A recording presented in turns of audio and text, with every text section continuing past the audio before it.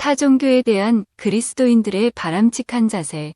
우리는 예수 그리스도는 길이요 진리요 생명이라고 믿는 신앙, 즉 그리스도의 유일성을 믿는 신앙을 종교적 독선이나 배타성이라는 말과는 구별해야 한다.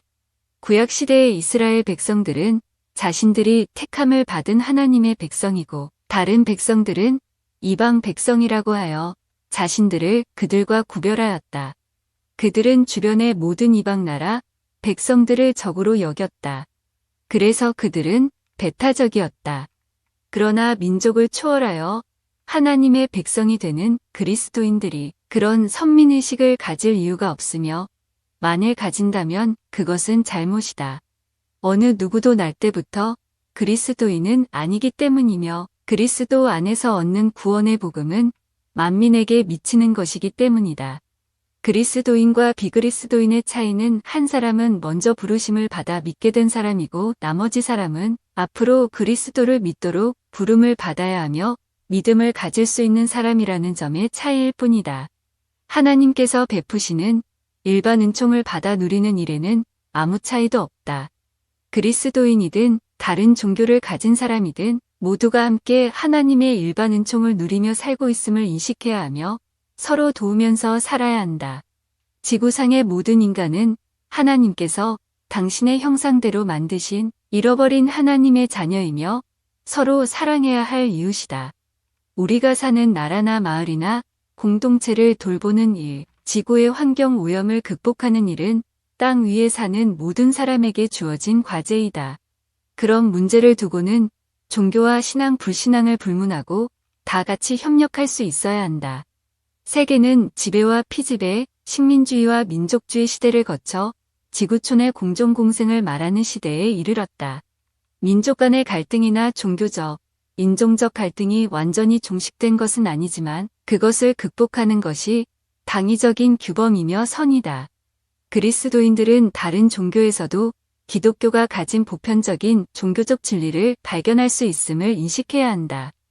비록 모든 종교와 인간의 문화가 하나님의 진노하심과 심판 아래 있으나 사람들이 복음을 접하기까지는 하나님께서 비기독교 종교들을 오래 참으심으로 관용하신다는 사실을 인식해야 한다.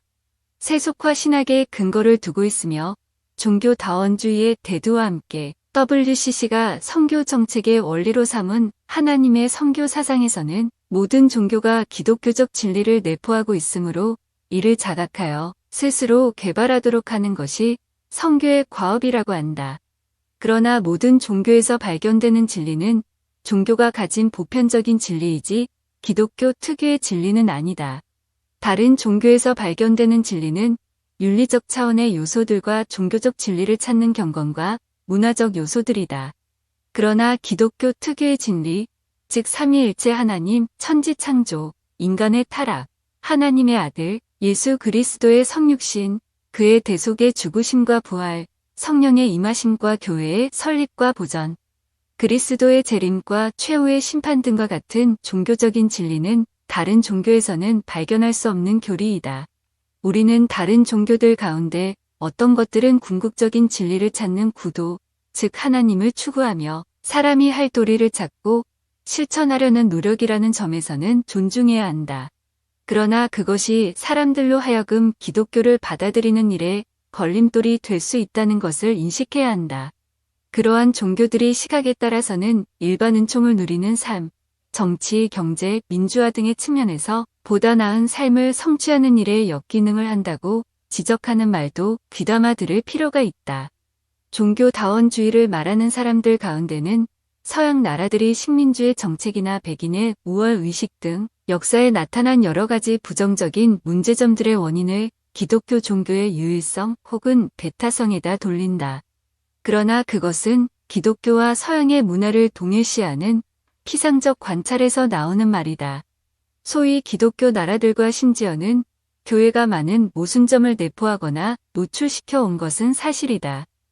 그러나 종교의 가치를 두고 말할 때는 자체에서도 종교가 개혁되어야 한다고 지적하는 그런 문제점을 들어 말하는 것이 아니고 종교가 가르치는 궁극적 진리를 두고 말해야 한다. 다시 말하면 소위 기독교 문화를 배경으로 한 백인이 우월감을 가졌기 때문에 기독교는 겸손과 사랑을 가르치는 종교가 아니고 우월과 독선을 가르치는 종교라는 식으로 매도하는 논의를 전개해서는 안 된다. 종교다원주의는 이단인가 하는 질문에 새삼스럽게 그렇다고 답할 필요가 없다. 종교다원주의 스스로 그보다 더 많은 것을 말하기 때문이다. 기독교 역사에서 이단으로 심판을 받은 사상이나 운동을 합리주의적인 사상과 신비주의적인 사상 혹은 운동으로 분류할 수 있다.